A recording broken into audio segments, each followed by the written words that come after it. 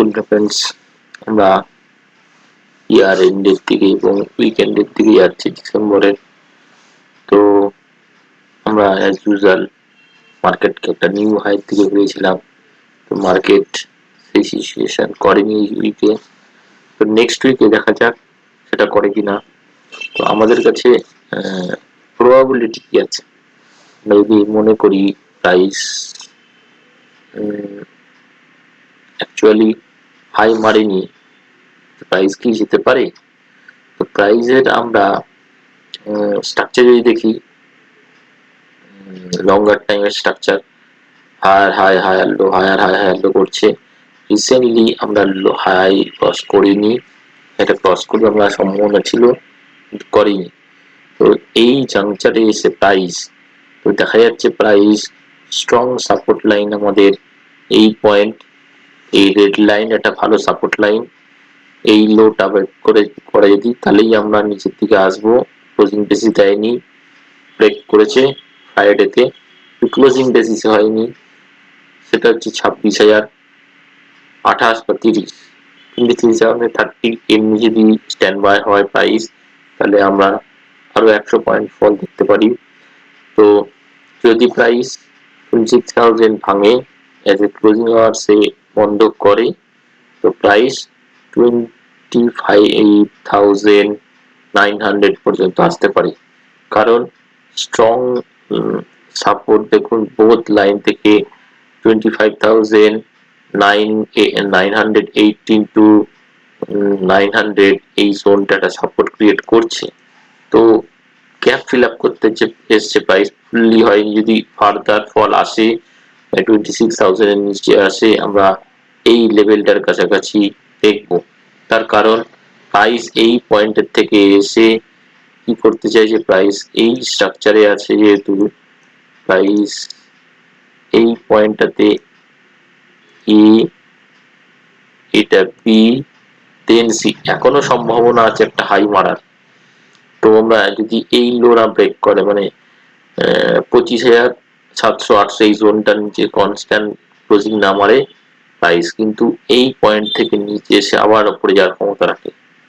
তো এই পয়েন্ট যেটা আছে সেই পয়েন্টটা ভাইটাল পয়েন্ট, 25,900 যদি ব্রেক করে তাহলেই প্রাইস নিচে আসবে, আদারওয়াইজ এই জোনটা বাইং জোন ক্রিয়েট হবে। আমরা লাস্ট এই রেড লাইনটা আছে যেটা 25,855 এর নিচে যদি স্ট্যান্ড বাই হয়, তাহলে মনে করবো যে আপসাইড আর নতুন হাই হচ্ছে না, নিচের দিকে ট্রাভেল হওয়ার চান্স আছে। তো এই হচ্ছে মেন ব্যাপার। আর প্রাইস যদি উপরে যায়, তো উপরে যাওয়ার জায়গা থেকে আমাদের কাছে যদি এটাই লো হয়, তাহলে আমরা একবার যাবো 26,400, এত দূর যেতে পারি, ঠিক আছে। আর তার উপরে গেলে আমরা যাবো, তো আমরা নতুন হাই দেখবো 26,300 ক্রস করলে 400 পর্যন্ত যাওয়ার জায়গা আছে। ওকে, ব্যাংক নিফটির জায়গা থেকে দেখি, bank Nifty as a ABC complete করে নিচের দিকে আসছে, প্রাইস আবার একটা কারেকশন মধ্যে আছে এবং ট্রেন্ড লাইন সাপোর্টকে রেসপেক্ট করছে। প্রাইস এই পয়েন্ট থেকে ন্যাচারালি এবিসি করেই আসছে। তো এবিসির এই পয়েন্টটাকে এ, এটা বি, দেন সি, প্রাইস আরেকবার এই টপটা চেস করতে যেতে পারে। Price as a bank Nifty higher low যদি করে, কন্ডিশন কি, 58,700 এই লোটা না হয়, এইটা যদি ভেঙে যায় তাহলে এই কন্ডিশনটা ফুলফিল হবে না, তখন কিন্তু ব্যাংক নিফটি এই রেড জোন 57,600 আশেপাশে আসতে শুরু করবে। তো আমরা এই জোনটার উপরে যদি থাকে, এই 58,700 এর যদি উপরে স্ট্যান্ড বাই থাকে, প্রাইস আরেকটা আগে প্রিভিয়াস স্টপ চেস করতে যাওয়ার চেষ্টা করবে।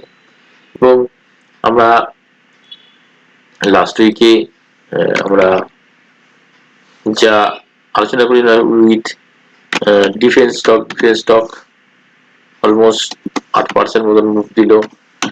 তো মার্কেট বেশ ভালো আছে আমার মনে হয়, as a Nifty bank Nifty বাইরে আউট অফ লাইন স্টক ভালো কাজ করছে, সেই জায়গা থেকে আমাদের আউট অফ স্টক মার্কেট দেখা উচিত। এরকম লাস্ট ফ্রাইডেতে আমাদের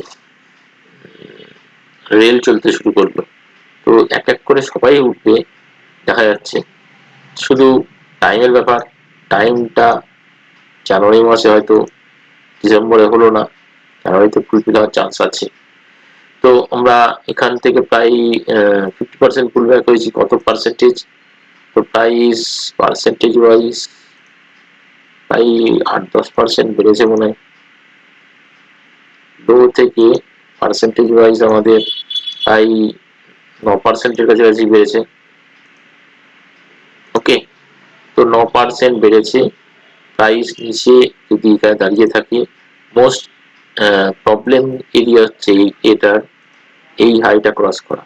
এই 8080, 8080 যদি ক্রস করে তাহলে আমরা একটা বড় মুভ দেখবো। তার আগে একটা বাধা আছে যেখানে রিজেকশন খেয়েছে 7900 পর্যন্ত, এখানে একটা বাধা আছে। এই বাধাটা যদি স্ট্যান্ড বাই হয় তো আরো 100 পয়েন্ট উপরে যাওয়ার জায়গা আছে। যদি এই দুটো পয়েন্ট ক্রস করে তো আমরা এই ইন্ডেক্সটাতেও বড় মুভ দেবো, এবং ডিফেন্স ওরিয়েন্টেড স্টক এবং রেল ওরিয়েন্টেড স্টক সবই আমাদের আপসাইড মুভের দিকে যাবে। ওকে, তো ভালো থাকবেন, সাবধানে ট্রেড করবেন। দেখুন আমরা জানুয়ারি আসার আগে একটা নতুন হাই হয় কিনা। ওকে, থ্যাংক ইউ।